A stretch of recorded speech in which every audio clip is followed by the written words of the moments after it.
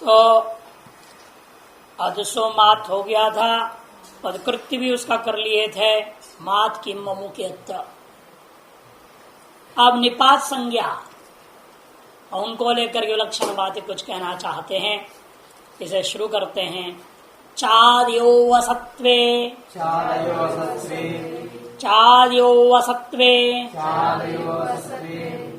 दो पद वाला सूत्र है। चादय प्रथमा का बहुवचन, असत्वे सप्तमी का एक वचन। अद्रव्यार्थाश्चाद्यो निपाता स्युः, अद्रव्यार्थाश्चाद्यो निपाता स्युः।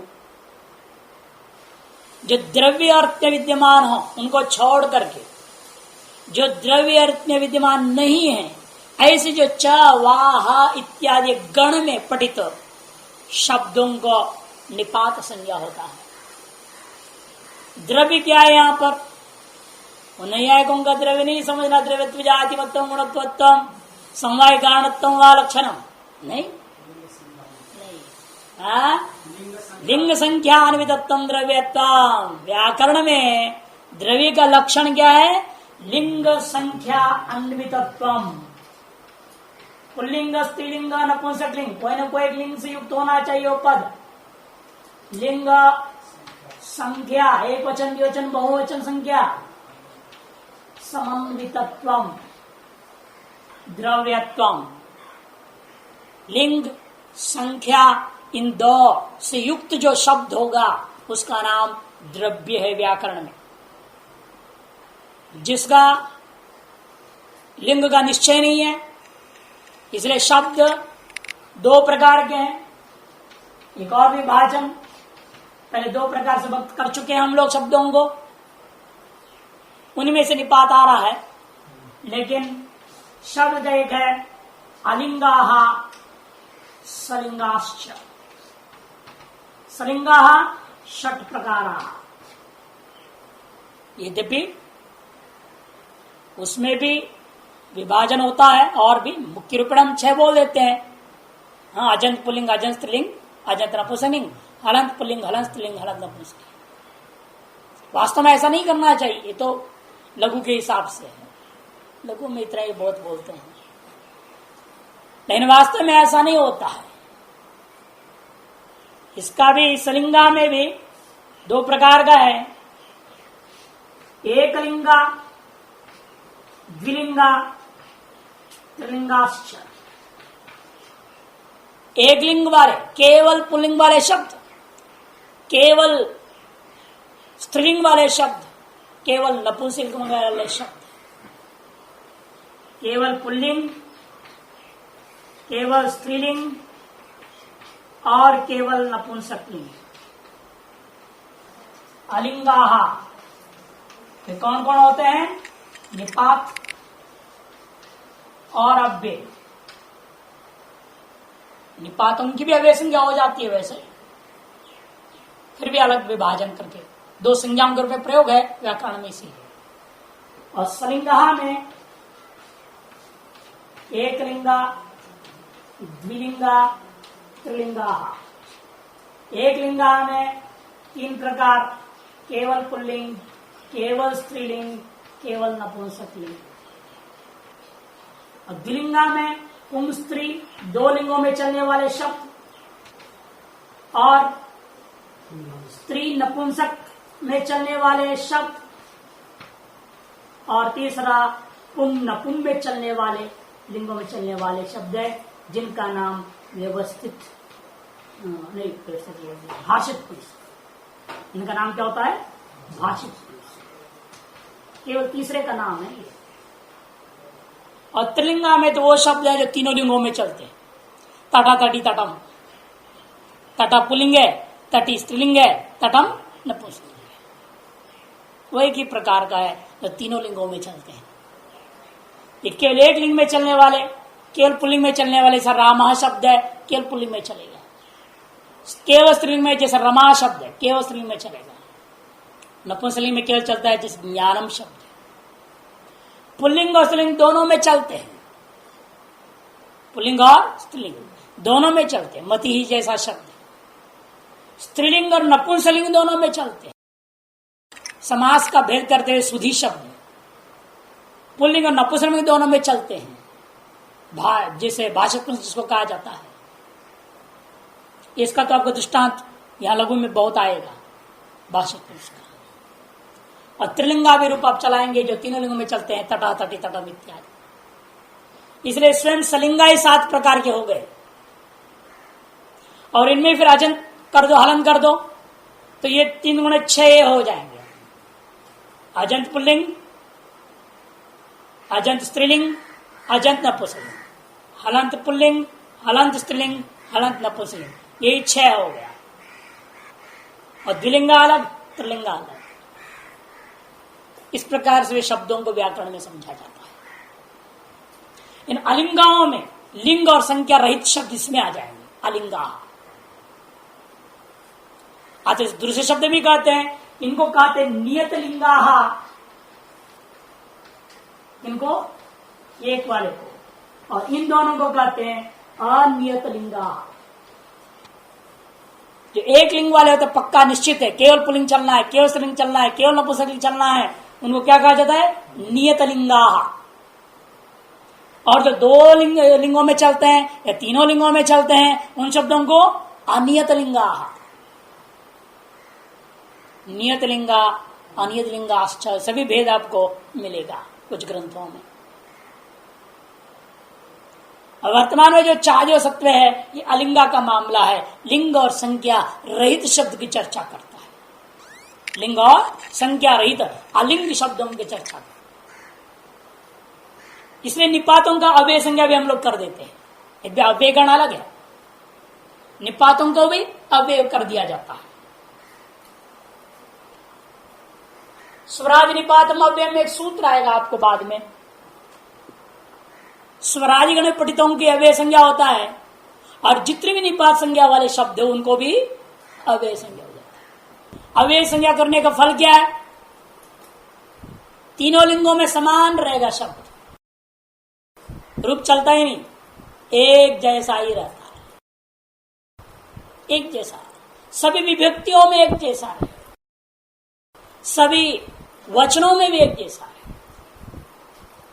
उसका नाम आगे आएगा, लक्षण श्लोक भी लिखा दूंगा। निपात चार्यो अद्रव्यार्थाश्चार्यो, द्रव्य अर्थ नहीं है जो ऐसा जो च, अर्थात चा का अर्थ द्रव्य भी होता है। च शब्द को आप रूप चला सकते हैं, चाह चौ चाहा, चम चौ चान चला सकते हैं, चमचा नहीं, चम चौ चान। लिंग युक्त भी चल सकते हैं। जब लिंग युक्त होगा तब इनका नाम निपात नहीं है। जब यही शब्द लिंग रहित हम प्रयोग कर देते हैं तब इनका नाम निपात होता है। इसलिए कहते हैं अद्रव्यार्थाश्चार्यो निपातास् प्रादियो पितत प्रादय। प्रादय आपने पढ़ा है पहले, क्रिया के में जिनकी उपसर्ग संज्ञा किए थे, उन्हीं प्रादियों को जब अद्रव्यार्थ हो जाएंगे तो उनका भी निपात संज्ञा होगी। अद्रव्यार्थक होनी चाहिए, तब क्या हो जाएगा? उनका निपात संज्ञा हो जाएगा। प्रापर सम है ना, पढ़ा है ना, वो सारे का 22, उन पूरे 22 की भी निपात संज्ञा कर रही है। देखिए, प्रादयो एते पितता स्युः, इतना वृत्ति लग दिया। एते भी मने ये जो प्रादि बायस हैं, वे तथा मने जैसे चादियों का हाल है वही है। चादी का क्या हाल था? जब अद्रव्यार्थक थे उनका निपात संज्ञा था, उसी प्रकार इनका भी अद्रव्यार्थक होने पर केवल निपात संज्ञा होता है। कहते महाराज निपात संज्ञा करने का क्या लाभ है? दूसरे और संज्ञा कर देंगे उनकी। निपातों में, निपातों का अनेक फल है। प्राग्रीश्वरा निपात, बड़े निपात प्रकरण लंबा चौड़ा है, अष्टाध्यायी में बहुत सारे सूत्र। यहां तक 2-4 नमूना दिखा रहे हैं केवल। और निपातों का लाभ क्या होगा? निपातों का प्रगृह्य संज्ञा करेंगे। प्रक्रिया संज्ञा से क्या होता है? तो प्रक्रिया अचिंत्यम से प्रकृति भाव होगा, प्राप्त संधि कार्य नहीं होगा। कौन है वो प्रक्रिया संज्ञा करने वाला सूत्र? निपात एका जनांग, निपात एका जना, 3 पद है, निपाता, एकाच और अनांग। निपात प्रथमाग एक वचन, एकाच भी प्रथमाग एक वचन और अनांग भी प्रथमाग एक वचन। एकवच निपात आंग वर्ज प्रगृह्य स्यात्। एकवच निपात आंग वर्ज प्रगृह्य स्यात्।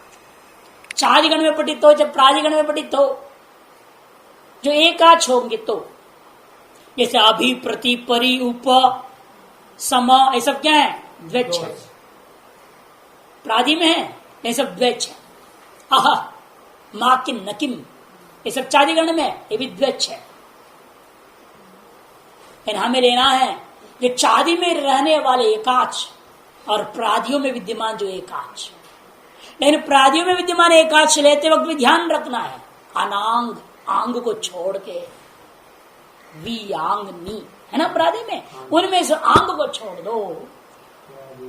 अर्थात प्रादि में एकाच कितना बचेगा? आंग को छोड़ेंगे तो 10, और चादी गण है, उस गण में आप घुसेंगे, आप देखेंगे वहां पर जो है एकाच चादी कुल 31। चादी देखना चाहते हैं आप, आपके पुस्तक में भी है, अवय प्रकरण में निकालिए, स्वराज निपात अव्ययम सूत्र में षडलिंग के बाद मिलेगा। आपके प्रश्न तो बताएंगे, हमको तो मालूम नहीं।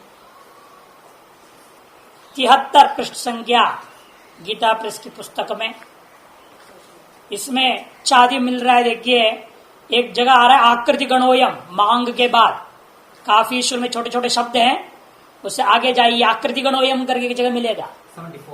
74 पृष्ठ में आकृति गणोयम करके छपा है ना। उसके बाद में क्या है? च वाह अह एव एवं नूनम शश्वत युगपत भूयस कूपत सुपत कुवित नेच्छेद चण यत्र कच्चित न हंत माकी माकिम नकी नकिम मांग नई यावत तावन त्वई नई द्वई रई शौ षट वौ षट स्वाहा स्वदा वषट नुम तुम तथा ही खलु किला अथो अथ सुष्टु स्म आदह। ये चादी च है शुरू में, उसको कहते हैं चादी। च आदि शांते चादी। इनमें एकाच को ढूंढोगे आप तो कुल 31 मिलेगा एकाच। ये आगे और भी है ना, बीच में एक सूत्र लाया, गण सूत्र बोलते हैं उसको, उपसर्ग विभक्ति स्वर प्रतिरूपकाश्च अवदत्तम अहयु अस्ति क्षीरा अ आ ई उ ए ऐ ओ औ पशु शुकम यथा कदाच पाठ प्याठ अंग है हे भो हे द्य विषु एक पद युत आतः चादि रपि आकृति गण। यहां समाप्त हुआ चादी। चादि रपि आकृति गण। चादि भी वाक्य में जितना है इनमें से 31 तो है, जो या नहीं है फिर भी अजंत होता हुआ एकाच यदि आपको मिलता है तो, और संधि कार्य नहीं हुआ है तो समझ लेना उसको चादिगण में घुसा लेना। आकृत्या का मतलब क्या है? कार्य सम कार्य दर्शनेन सादृश कार्य दर्शनेन गण्यते परिचीयते बोध्यते येन इति आकृत्या। इस चवाह में क्या हो रहा है? संधिकारी नहीं हो रहा है। इस गण में पठित ना हो ऐसा कोई शब्द कहीं वेद में, स्मृति में, पुराण में कहीं पढ़ते हो तो आपको दिखाई दिया और संधि कार्य नहीं हुआ है, फिर कैसे हुआ प्रकृति भाव? तो आपको क्या करना पड़ेगा? उस शब्द को चादी में समझो और उसको निपा संज्ञा करो, प्रगृह संज्ञा करो, प्रकृति भाव कर दो। इसलिए नाम आकृति। निपात का जनांग एकोवाच निपात आंग वर्ज प्रगृह्य स्यात्। जैसे प्र एकाच है प्रादि में, प्र क्या है? एकाच, अजंत भी है। उस एकाच प्रादि में है वो। इस च भी क्या है? एकाच है।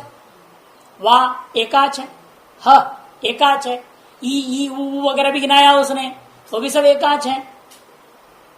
उन सभी एकाचों को चाहे चादी में विद्यमान हो चाहे प्रादि में विद्यमान, कुल 41 है ये, 10 और 31 यहाँ जो पठित गण के अंदर। आकृति गण होने से और भी बहुत सारा हो सकेंगे, लेकिन जो पठित शब्द है गण में, उनमें से 31 है कुल मिलाकर के चादी में, 10 है प्रादि में, कुल 41 है एकाच निपात। उन सभी का प्रक्रिया संज्ञा कर दिया गया।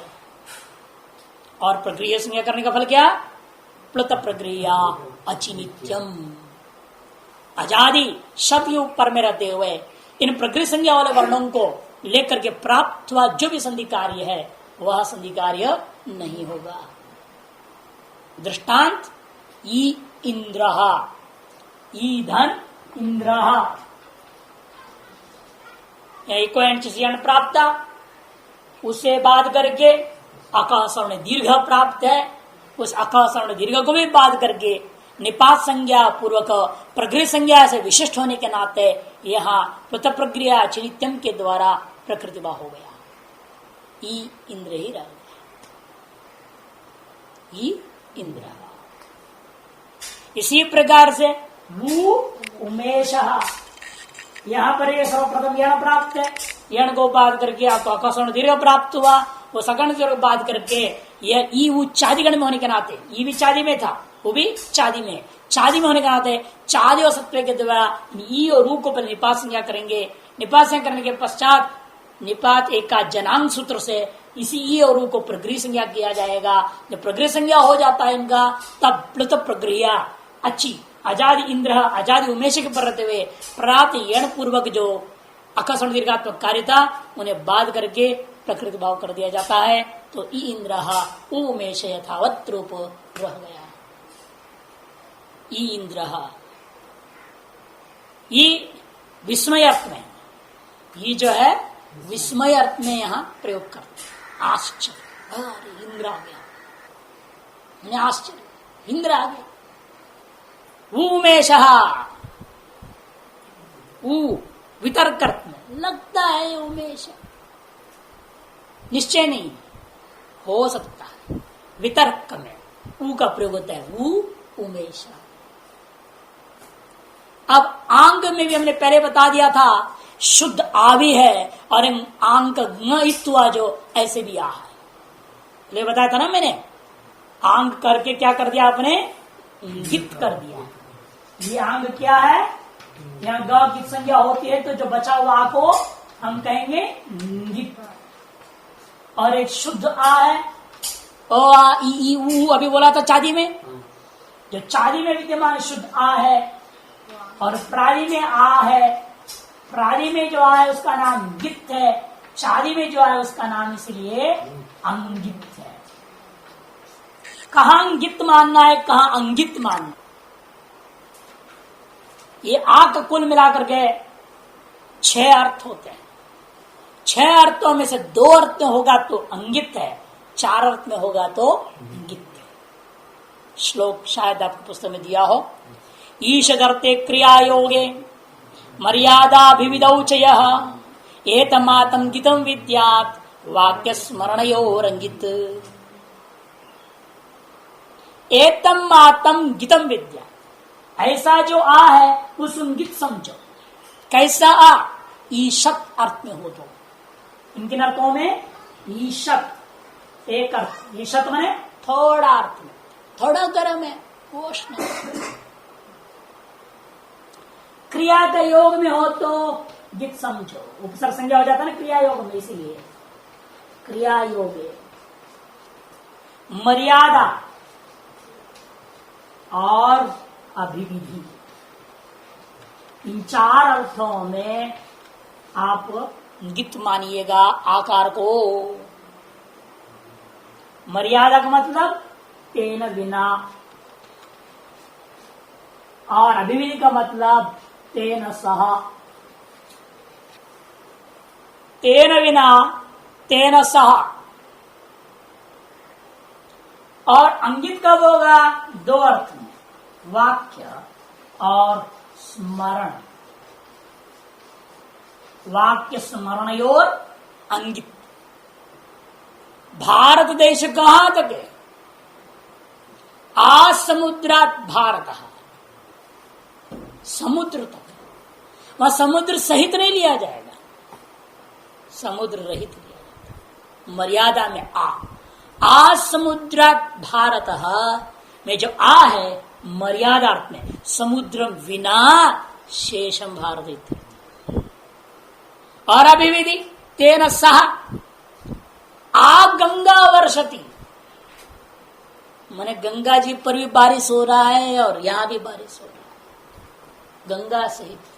नहीं कि बारिश होगा, पानी है तो बारिश नहीं होगी, यहाँ जमीन है तो यहाँ बारिश होगी, ऐसी बात नहीं होती। यहाँ भी होगी वहां भी होगी।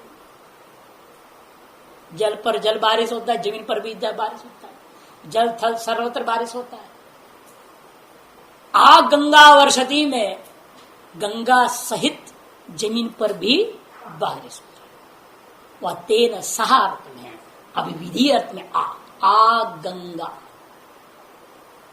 आ समुद्र। क्रिया का योग तो आप पढ़ चुके हैं, आगच्छति है ना, आगच्छति क्रिया का योग में अंग उपसर्ग प्रयोग हुआ और आ का अर्थ उल्टा कर दिया उसने, जाना नहीं आना अर्थ हो गया। गच्छति जाता है, आगच्छति आता है, वह आ क्रिया का योग में है। ईशद अर्थ में अभी आपके यहां दृष्टांत देने वाले हैं, पुस्तक में आने वाला है, इसलिए हम आगे देखेंगे जब आएगा। पहले वाक्य स्मरण अंगित के दृष्टांतों को दे रहे हैं पुस्तक में, उसको देखिए। वाक्य स्मरणी और अंगित दृष्टांत है, आ एवं नुमन्य से, आ एवं के बीच में कार्य करना है। ये आ अंगित है, आंग नहीं है, गित से भिन्न है।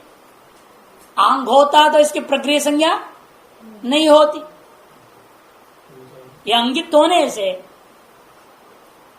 ये चादी का आकार होने से इसको पहले चादे से निपात संज्ञा होगा और निपात संज्ञा होने के पश्चात निपाते का जनांग के द्वारा इसका प्रक्रिया संज्ञा होगा। प्रक्रिया संज्ञा होने का फल क्या है?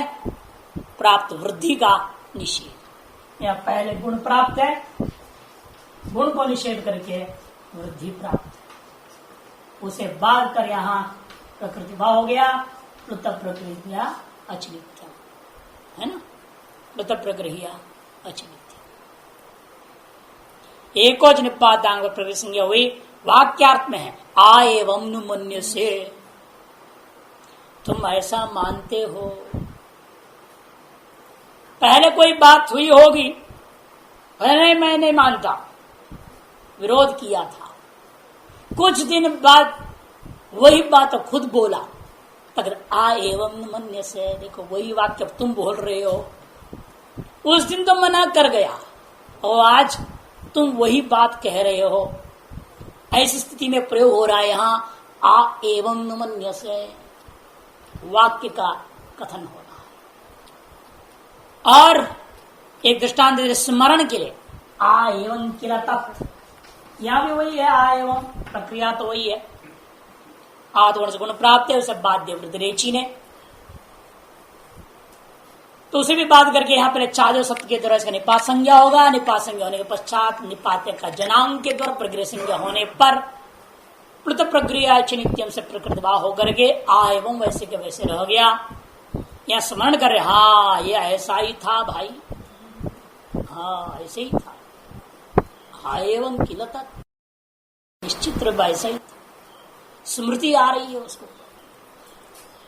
कई बार होता है, आप लोगों से पूछते हैं कोई रूप आदि के बारे में, सूत्र के बारे में, कोई चीज जो है याद ही नहीं रहता है, फिर जब हम बोलते हाँ ऐसा ही था, ऐसा दिमाग में आ जाता है, कोई आ एवं किला तब प्रयोग होता है ऐसी स्थिति।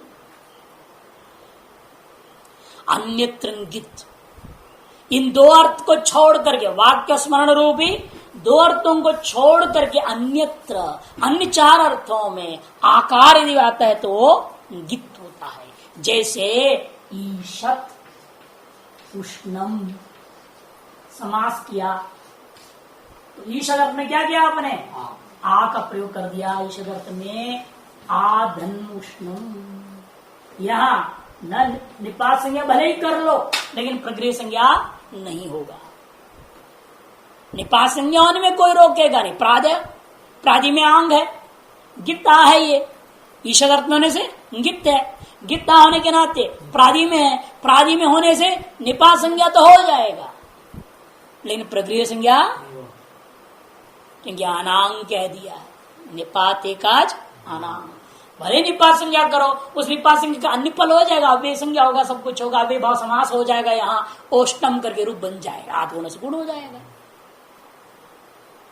अन्य फल है निपात संज्ञा का। लेकिन प्रगृह संज्ञा पूर्व प्रकृत भावात्मक फल नहीं होगा, किंतु यहाँ आठ गुण से गुण हो गया, ओष्णम रूप बन गया, ओष्णम आठ गुण से गुण हो जाएगा। गित्वात्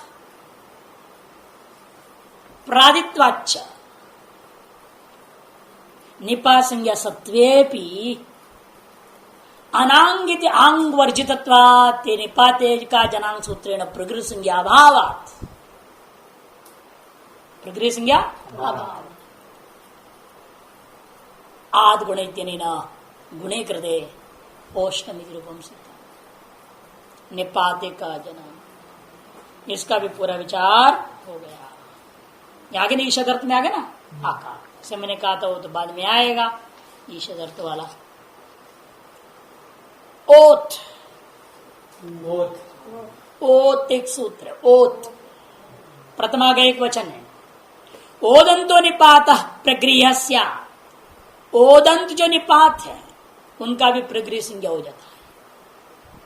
और चादी में, प्रादि में तो एक भी नहीं है, चादी में तो है ओदंत, हो ये सब आपने पढ़ा था अभी, ओ आहो उताहो अहो हो नो अथो, कुल 7 है, केवल 7 ओदंत है चादी में। उन 7 ओदंत निपातों का भी यह ओत नामक जो सूत्र है यह प्रगृह संज्ञा कर देता है। प्रगृह संज्ञा करने से फल क्या होगा? प्राप्त यवायावा हो, जो भी प्राप्त होगा वह कार्य नहीं होगा। दृष्टांत अहोदनीशाह, अहो धन ईशाह, अद्रव्यार्थक हो शब्दस्य चादिगणे पठितत्वात् चार्य सत्वेन च इत्यनेन सूत्रेण निपात संज्ञायां कृते सति तस्य ओदन्तत्वात् ओत् सूत्रेण प्रगृह संज्ञायां च कृते अहोदन ईशाः इत्यवस्थायाम् एचो अयवायावः इत्यनेन सूत्रेण तासिंह समानान्ति सूत्र सहकारेण अवादेशे प्राप्ते तम बाधित्वा निपात संज्ञा विशिष्ट प्रगृह संजकत्वात् प्लुत प्रगृह आचिनित्यम इत्यनेन सूत्रेण प्रकृति भावे कृते अहो ईशाः इत्येव रूपं सिद्धं भवति, न किंचित कार्यं क्रियते। अहो ईशाः, वो अब वहां से ढूंढ लो, नहीं तो लिख लो, मैं बोल रहा हूं। वो आहो उताहो ऊताहो, अहो जो अभी रूप में है, हो पांचवा, नो छठा है ना, नो इतराणी तैतृय उपनिषद, नो इतराणी ये जो अवयव नहीं किया, यही सूत्र है वो। नो को ओदंतत्वात् इसने प्रगृह संज्ञा कर दिया, चादित्वाद निपात संज्ञा, निपातत्वाद ओदंतत्वाद प्रगृह संज्ञा, प्रकृत हो गया नो इतराणी में उपनिषद में नो हो गया। अथो, अथो इस साथ, ओ आहो उताहो अहो हो नो अथो, वो में भोस है, सकारांत है वो दंत में ही है। भो भगो गौ पूर्व से योशी सूत्र में नहीं लाया उसको, भोस भगोस अघोष है, वो शांत है। हाँ आकृतिगण तो वही है, चारी आकृतिगण है, और भी कहीं मिल जाता है कोई ऐसे वो दंत जोड़ लेना, कोई ऐसा और भी मिल जाए। आकृतिगण है जो पठित शब्दों में बोल रहा हूं 7 है, और अपठित कितने हैं और जहां कहीं दिखाई देगा ऐसे तो जोड़ लेना इसमें ओदंत को। अच्छा, संबुद्धो शकल सेतावनार्षे, संबुद्धौ शाकल्य सेतावनार्षे। पाठ करते वक्त 2 टुकड़ों में करना पड़ेगा इसको, 4 टुकड़ों में नहीं। संबुद्धो अलग बोल सकते हो, थोड़ी रुक करके शाकल स्येता वनार्ष एक साथ बोलना पड़ेगा क्योंकि वहां संधिकारी हो रखा है। शाकल स्येतो वनार्ष पच्छेद नहीं करने का, पहले पाठ काल में संहिता पाठ करनी पड़ती है, बाद में पच्छेद करना समझने के लिए। तो 4 पद है, संबुद्धौ शाकल्यस्य इतौ अनार्षे। संबुद्धौ सप्तमी का एक वचन, शाकल्य से षष्ठी का एक वचन, इतौ सप्तमी का एक वचन, अनार्षे सप्तमी का एक वचन। संबुद्धि निमित्त को ओकार वा प्रक्रिया वैदिक इतौ परे ऋषि ही वेद आर्षम वैदिकम अनार्षे अवैदिके। ऋषि कहते हैं यहां वेद को, ऋषि क्या है? वेद। वेदों में कहावा का नाम आर्षम वैदिकम इत्यर्थ है। अनार्षम मने अवैदिकम, अनार्ष मने अवैदिके। आर्ष विद्यापीठ लिखते लोगों ने नाम प्रयोग किया। वैदिक विद्याओं का पाठ, वैदिक विद्यापीठ अनार्ष। संबुद्धि में निमित्त गोकार वा प्रक्रिया वैदिक परे। अब संबुद्धि इन्होंने आप सूत्र तो संधि कार्य में ले आया, अब संबुद्धि की आप जानते हैं नहीं। सम्यक बुद्धि संबुद्धि ये अर्थ लो गया, और किसी के पास है नहीं सम्यक बुद्धि, है क्या? हाँ, सबके पास कुंठिता बुद्धि है, अकुंठिता बुद्धि तो किसी के पास नहीं, सम्यक बुद्धि तो है नहीं। सम्यक बुद्धि होता तो सम्मुक्त होते गाय को पढ़ते, चक्कर में भी पड़ते हैं इसके। अभी तक तृप्ति नहीं है, हम मुक्त है भाव नहीं है, इसका मतलब है सम्यक बुद्धि नहीं है। प्रथम बरा प्रज्ञा जो कथन नहीं है उसमें योग सूत्र का, वो प्रज्ञा भी पैदा हुई नहीं। अभी जो भी प्रज्ञा है वो अरितंबरा प्रज्ञा है, अनृतंबरा है। अनृत में ही भरण पोषण करता है अपने बुद्धि। यहां पर संबुद्धि एक संज्ञा का नाम है। जो संबोधन में एक वचन होता है, संबोधन में जो प्रयोग करते हैं हम शब्द हे राम, हे रामौ, हे रामा, उसमें हे राम एक वचन है, हे रामौ द्विवचन है, हे रामा बहुवचन है। उसमें जो हे राम जो एक वचन आया है संबोधन में, उस एक वचन का संज्ञा है संबुद्धि। एक वचनम संबुद्धि सूत्र ही आगे में आएगा। राम शब्द का जब रूप पढ़ोगे वहां आ जाएगा एक वचनम संबुद्धि। संबोधन में प्रयुक्त जो एक वचन है उसका संबुद्धि संज्ञा होती है। और संबुद्धि को निमित्त हो करके यदि कोई शब्द ओकारांत हो गया हो तो संबुद्धि निमित्त का ओकार हो। जैसे जितने भी उकारांत शब्द होते हैं ना, सब ऐसे ही होते हैं उकारांत शब्द। विष्णु, यहां दृष्टांत में है आपको शंभो, शंभो शिव शंकर बोलते नहीं, शंभो, शंभु, गुरु, भानु, ऐसे उकारांत। इनको आप संबोधन में जब प्रयोग करेंगे, एक वचन में प्रयोग करो, इस एक वचन का नाम संबुद्धि है। इसको निमित्त मान करके ये जो उकार है इनको क्या होता है? गुण हो जाता है। ऊ को वो आदेश हो जाता है। जब वो आदेश हो गया, उस ओकार के पर में जो सु है इनको लोप कर देते सूत्र से। एंग ह्रस्वात संबुद्धे है। एंगन से परम में आया हुआ और ह्रस्वान से परम में आया हुआ संबुद्धि संज्ञा वाला जो प्रत्यय है वो लोप हो जाएगा। तो ये तो चला जाएगा, घर पहुंच गया। और ये जितने वो हैं ये क्या हो जाएंगे? ओकार हो जाएंगे। हे विष्णु, हे शंभो, हे गुरु, हे बालो। शंकराचार्य जी हे गुरु को प्रयोग करते हैं प्रश्नोत्तर का पहला श्लोक। गुरु कृपालो कृपया वदई तत् विश्वेश पादाम्बुज दीर्घ। गुरु प्रयोग किया ना। अपार संसार समुद्र मध्य निमज्जतो में शरणम किमस्ति। गुरु कृपालो कृपया वदई तत् विश्वेश पादाम्बुज दीर्घ। आचार्य शंकर जैसे लोग गुरु से प्रार्थना करेंगे, हे गुरु कृपालो। और आजकल हे गुरु, हे कृपाणो, सब कृपाण है गुरु लोग। सारे गुरु कृपाण हो गए, कट शिष्यों को काट देंगे। तो हे विष्णु, संबुद्धि निमित्तक ओकार, इस पर बोल रहा था। संबुद्धि संज्ञा सु, जो संबोधन में एक वचन आया, औ आने पर नहीं होता संबुद्धि संज्ञा, केवल सु की एक वचन की संबुद्धि संज्ञा है। उस संबुद्धि को निमित्त मान करके इसको गुण हुआ, ओकारांत हो गया।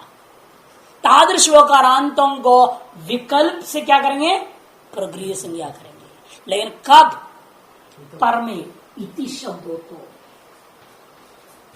और वह इति शब्द भी कैसा हो? वैदिक इति ने, वेद में स्वतः पठित इति शब्द ना हो, किंतु पद पाठियों से द्वारा प्रयुक्त इति शब्द। हमने आपको बताया था 8 प्रकार का वेद पाठ होता है, दिखाया था ना। उनमें से एक का था गण पाठ, एक पाठ था पद पाठ, संहिता पाठ, पद पाठ, घण पाठ वगैरह था। वो पद पाठी क्या करते हैं? अपने मन से बीच बीच इति घुसाते हर शब्द के बाद। जैसे गणानान्त्वा गणपति गुम हवामहे, है ना, गणानाम इति गणपति मिति हवामह इति। हवा महे था ना, तो इति आ गया, एकार वाह्य कर देकार लोप कर दे, हवा महा इति, ऐसा पाठ करेंगे। पद पाठी जब इति का प्रयोग किया, वेद में नहीं था, वो पद पाठियों ने वेद के प्रत्येक पद को अलग अलग करके पाठ करने के लिए बीच में इति घुसाते हैं, जो उस इति का नाम है अवैदिक इति, अनार्ष इति।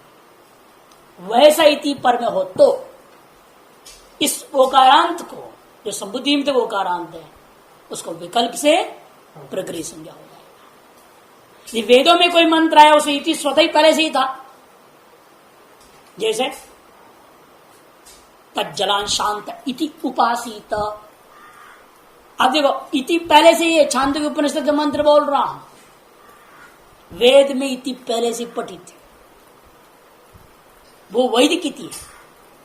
अवकार होगा, अवादेश होगा, वकार लोप हो जाएगा, वहां प्रकृति संज्ञा होकर प्रकृति भाव नहीं होगा, क्योंकि वेद में स्वतः पठित है वो इति।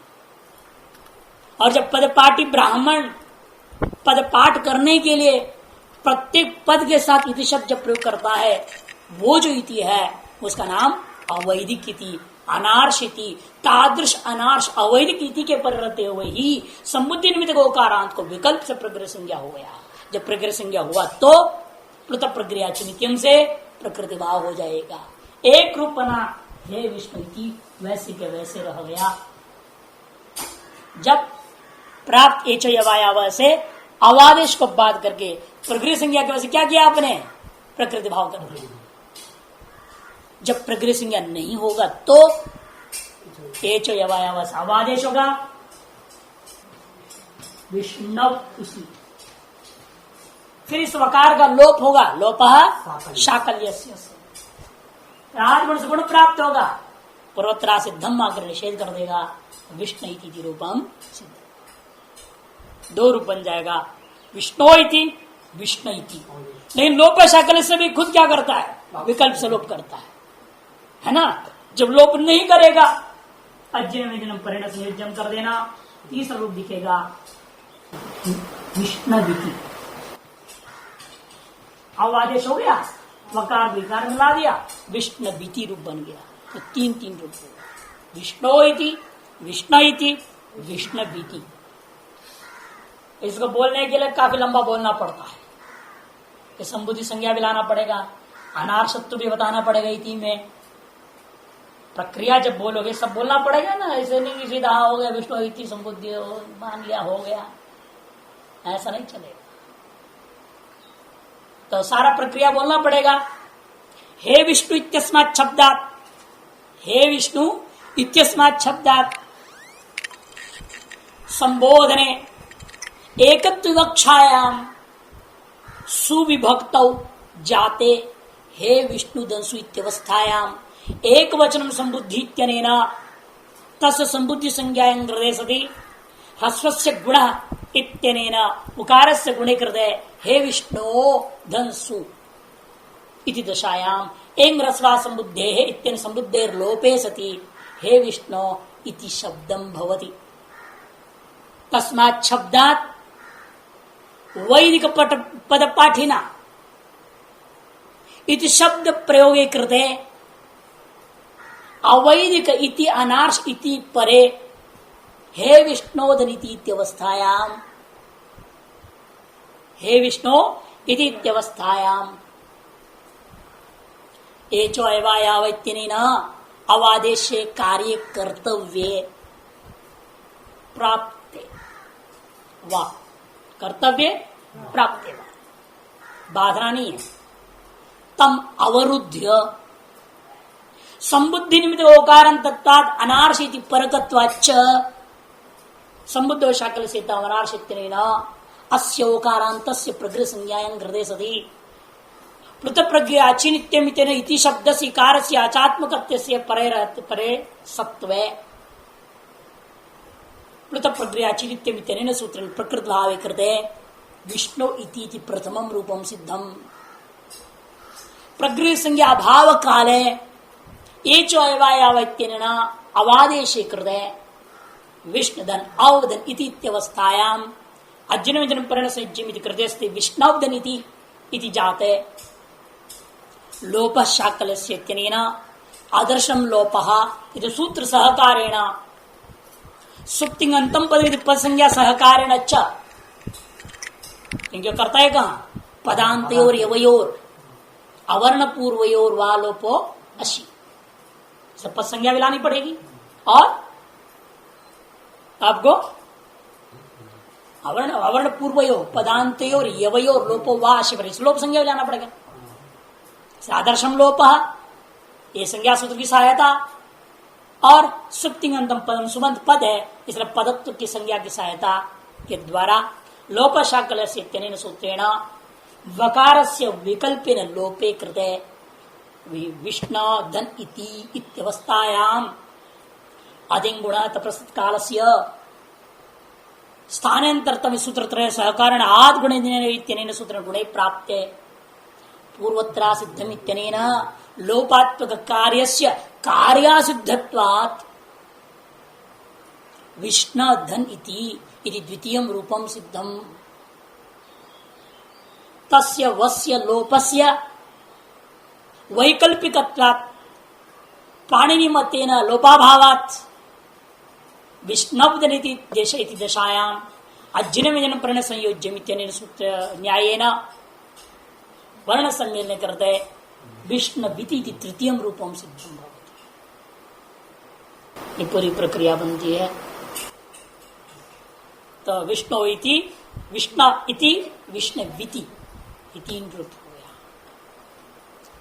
मया वुयो वो वा, मया वुयो वो वा, मया पंचमी एक वचन, वुयो षष्ठी एक वचन, वो प्रथमा एक वचन, वा अव्यय है। चार पदों वाला यह सूत्र, पंचमी एक वचन, षष्ठी एक वचन, प्रथमा एक वचन और अव्यय। पदांतमय परस्य उयो वो वाची, पदांतमय परस्य उयो वो वा अच्छी, वही शादी में आया हुआ है, वही उसका ऊ बचता है, उस वो को वह आदेश करो बोल दिया, वो को यण करने से वह हो ही जाता है कि नहीं। विधान क्यों कर रहे हैं? ये कोई अन्य चीज से भी हो सकता है। कारण है, दृष्टांत देखेंगे तो पता चलेगा। दृष्टांत है किम वू उक्तम, किम वू उक्तम। किम प्रथमा का एक वचन नपुंसकलिंग का रूप है। किम के कानी, किम के कानी पुलिंग में कहा कौ काहा, कहा कौ काहा नहीं के, ठीक है। कहा कौ के जैसा शी लगता है, कहा कौ के पुल्लिंग में, काके काहा स्त्रीलिंग, काहा स्त्रीलिंग का बहुवचन पुल्लिंग में, काके काहा स्त्रीलिंग में, किंग के कानी नपुंसकलिंग। ये प्रथमा का एक वचन नपुंसकलिंग है। वो क्या है, वही ये वही चारियों में निपात निपातन शब्द है। उक्तम पर में बैठा हुआ है, वो भी एक पद है। वच धातु होगा कृतांत पद, उक्तम कहा गया था। अब देखिए यहां उस वु के प्रति को एंटसियन प्राप्त, तस्वीर दृष्टि पूर्व से स्थानांतर उस वु को हम कर ही देते, फिर ये सूत्र क्या जरूरत थी। लेकिन यण करता हूं तो इस मकार को अनुस्वार हो जाएगा, मोनुस्वार, क्योंकि यण सिद्ध हो जाएगा। क्योंकि है कहां सपासब्ध्याध्याय में, मोनुस्वार त्रिपादी का है। त्रिपादी का दृष्टि में सपासब्दाध्याय क्या है, सिद्ध प्रकरण है।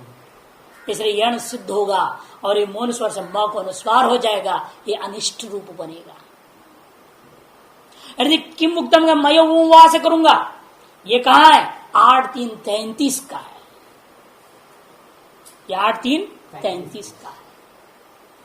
अब मोनुस्वार को ये सूत्र दिखता ही नहीं, क्यों है ही नहीं है सूत्र, उसकी दृष्टि में पैदा ही नहीं हुआ है, क्योंकि 8-2 का है, पहले का है। त्रिपाद्यम पूर्व प्रति परम शास्त्रम असिद्ध, 8-3 के है, 8-3-23 का है। आज ये 8-3-33 का है, 8-2-23 समझ रहा था, 8-3-23 कोई बात नहीं। फिर 10 सूत्र पूर्व का है, एक सूत्र भी आगे पीछा हो जाए तो भी अगला वाला है ही नहीं, और यहां तो 10 सूत्र आगे का है। इसलिए इससे यदि हम वकार करता हूं, मोनुस्वार की दृष्टि से क्या हो जाएगा, असिद्ध रहेगा। तो मांतस्य पदस्य अनुस्वार से झली, झल परे हल परे धली, हल परे नहीं मिलेगा। इक्वेंट जिसे वह करूंगा, वो वह हल है, वो हल के प्रति उसका अनुस्वार हो जाएगा, क्योंकि वो वह सिद्ध है। क्योंकि वो कहां से हो रहा है, छठे अध्याय से हो रहा है। 6-1-72 77 72 77 78 ऐसे कुछ है। 72 तो संहिता है, अधिकार है, 77 होगा। तो इसीलिए इनको ये सूत्र नया बनाना पड़ा, यानी इसको अनुस्वार होने से रोकने के लिए। नहीं तो अनुस्वार होता तो क्या होता, ऐसे लिखना पड़ता,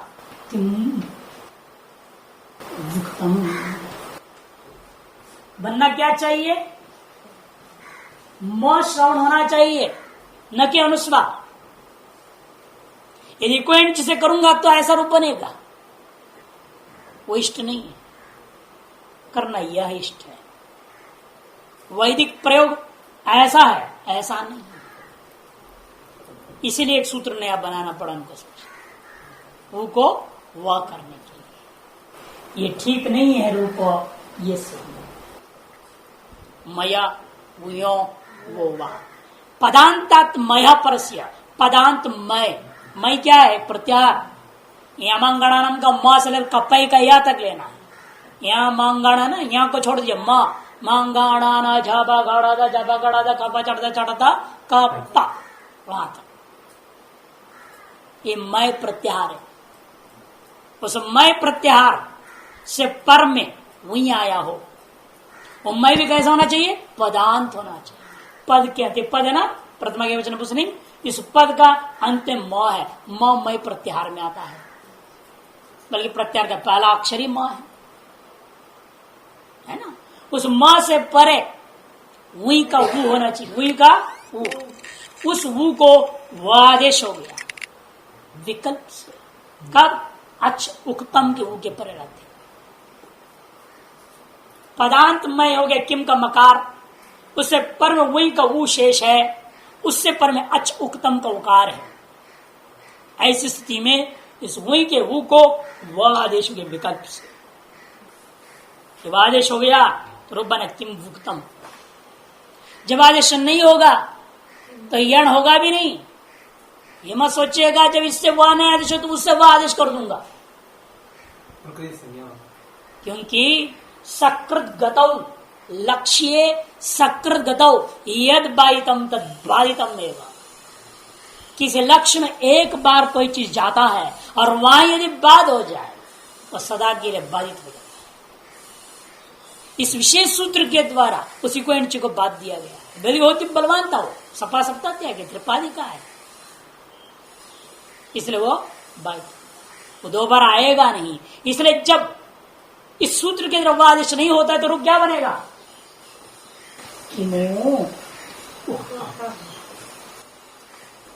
और अष्टाध्याय में एक और सूत्र है, इस वू को वही कर देता है, एक पक्ष में रूप ऐसा भी बनेगा